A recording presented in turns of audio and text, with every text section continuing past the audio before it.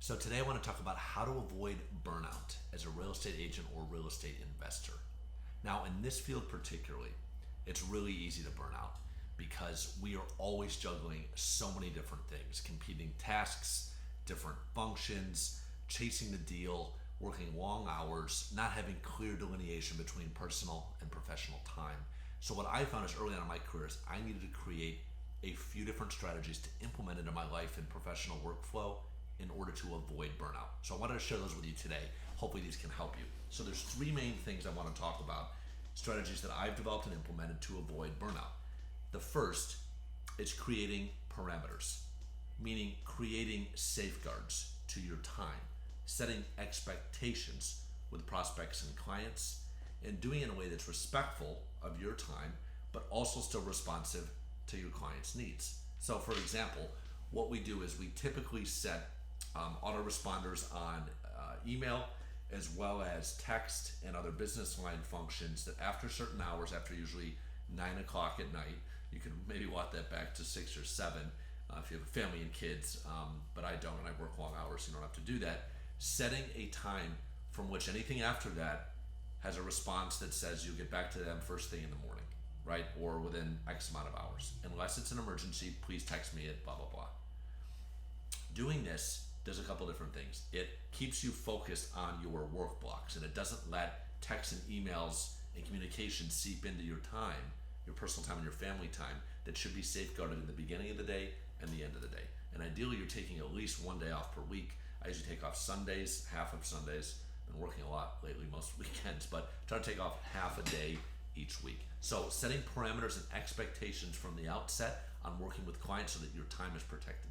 The second thing is pre-scheduling vacations, doing it at least quarterly, even if it's just a long weekend getaway.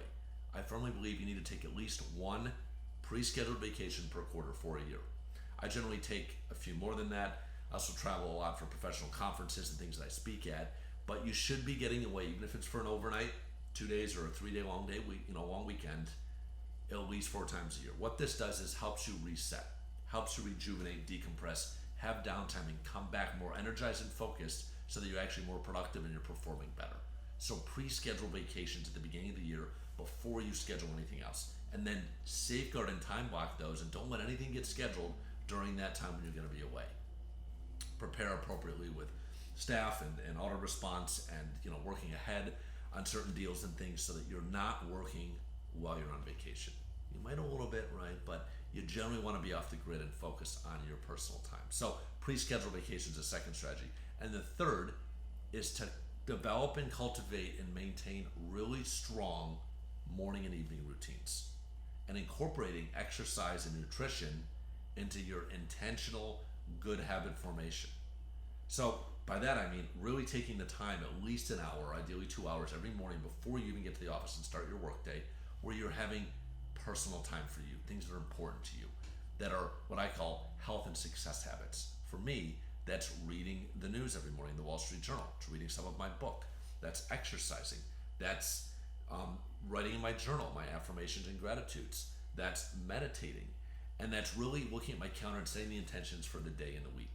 When I do that every day, I'm more intentional, more productive. I get more done. And I also am putting on autopilot really key health habits that maintain a high level of energy, that keep me healthy, that allow me to perform better, show up more fully in my work and in my relationships. The evening routine is almost equally important as the morning routine. So that can be turning off at a certain time, not letting the day bleed into the night, right? That often happens with real estate agents and real estate investors. So another key strategy on how to avoid burnout is to really have a strong evening routine where you're shutting out after a certain time, 6 p.m., 5 p.m., 7 p.m. For me, it's usually 8 or a little bit after, and sometimes I don't adhere to that well. But nonetheless, it's setting that boundary where you're realizing and accepting that tomorrow's another day. You'll have time to finish the work. That while the deal doesn't sleep, you need to. So protect that time, develop strong success and health habits, morning and evening routines to avoid burnout. So hopefully these 3 strategies were helpful to you on how to avoid burnout as a real estate agent or investor. One, again, is setting parameters and expectations around your time, protecting and valuing your time. 2 is pre-scheduling vacations, ideally once quarterly.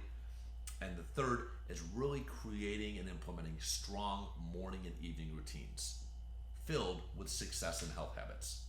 If you got value from this and you know somebody that would benefit from it, I encourage you to share this. Leave a comment below, shoot me a message or a DM like this, and let me know how it affected you and if it is helping in any way. I want to continue to bring you value each and every week with little tactics, strategies, tips, and things that have helped me in my journey, in my career, in my life, that may help you as well. So to your success and happiness, we'll talk to you soon.